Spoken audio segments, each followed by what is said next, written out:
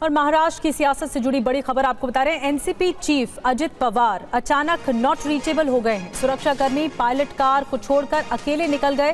पुणे के बारामती हॉस्टल से बिना किसी को बताए ही निकल गए। शरद पवार की पार्टी से बात बिगड़ने के बाद जूनियर पवार का चौंकाने वाला कदम सामने आया।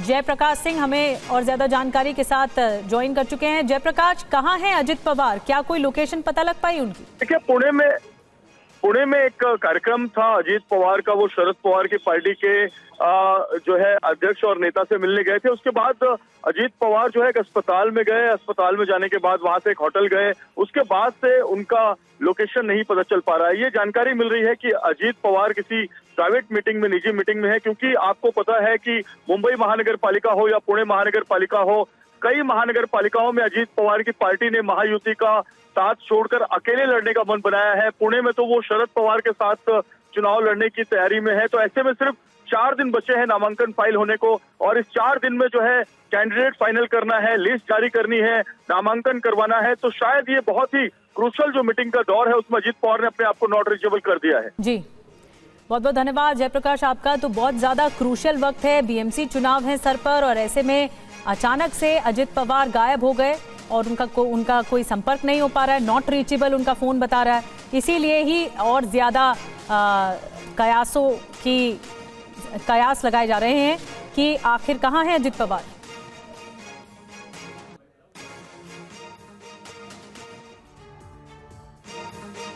और अगली खबर भी महाराष्ट्र से ही है। महाराष्ट्र में बीएमसी चुनाव से पहले सियासी तनाव बढ़ गया है।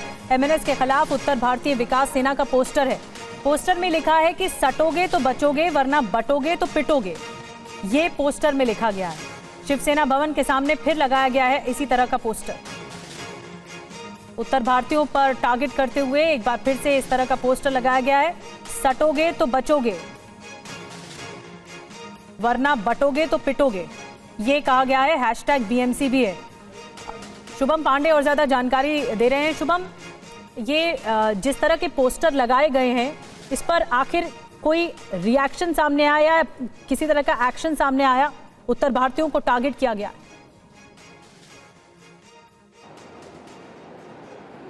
देखिए, जब से चुनाव की घोषणा हुई है तब से मुंबई में बटोगे तो पिटोगे, नहीं बटोगे तो भी पिटोगे, उसके बाद सटोगे तो भी पिटोगे। ये खास तौर पर उत्तर भारतीय सेना एक छोटी सी राजनीतिक दल है यहाँ पर, जो इस बार चुनाव में अपनी किस्मत आजमा रही है। उसके अध्यक्ष हैं सुनील शुक्ला। वो इसी तरीके के जो पोस्टर हैं वो अलग अलग जगहों पर, खास तौर पर सेना भवन, जो शिवसेना का गढ़ और मनसे का गढ़ कहा जाता है, जहाँ पर सेना भवन है, राज ठाकरे वहीं रहते हैं कुछ ही दूरी पर। तो ऐसे में ये पोस्टर लगाकर उत्तर भारतीयों को अलर्ट किया जा रहा है कि अगर आप इनके पास सटोगे तो आने वाले चुनाव में पिटोगे। उसके बाद चुनाव के बाद आपकी पिटना तय है, क्योंकि आपने इसके पहले देखा था कि आए दिन ये खबर आ रही थी कि मराठी नहीं बोलने को लेकर कई सारे उत्तर भारतीयों की, मनसे के कार्यकर्ता उनकी पिटाई कर देते थे। तो अब चुनाव का जब वक्त आ गया है, वोट मांगा जा रहा है कि मराठी एकजुटता के लिए साथ में आइए, तो यही बात साझा की जा रही है कि आप अगर इनके साथ सट जाएंगे तो उसके बाद चुनाव खत्म होने के बाद आपकी पिटाई लगभग तय मानी जा रही है। यही मैसेज साफ तौर पर दिया रहा है। हालांकि इस पर कोई राजनीतिक जो दल हैं वो खासतौर पर शिवसेना और मनसे यही जो है बयानबाजियां करते हैं, लेकिन ये मुद्दा जो है पिछले कई सालों से चलते हुए दिया रहा है। जब से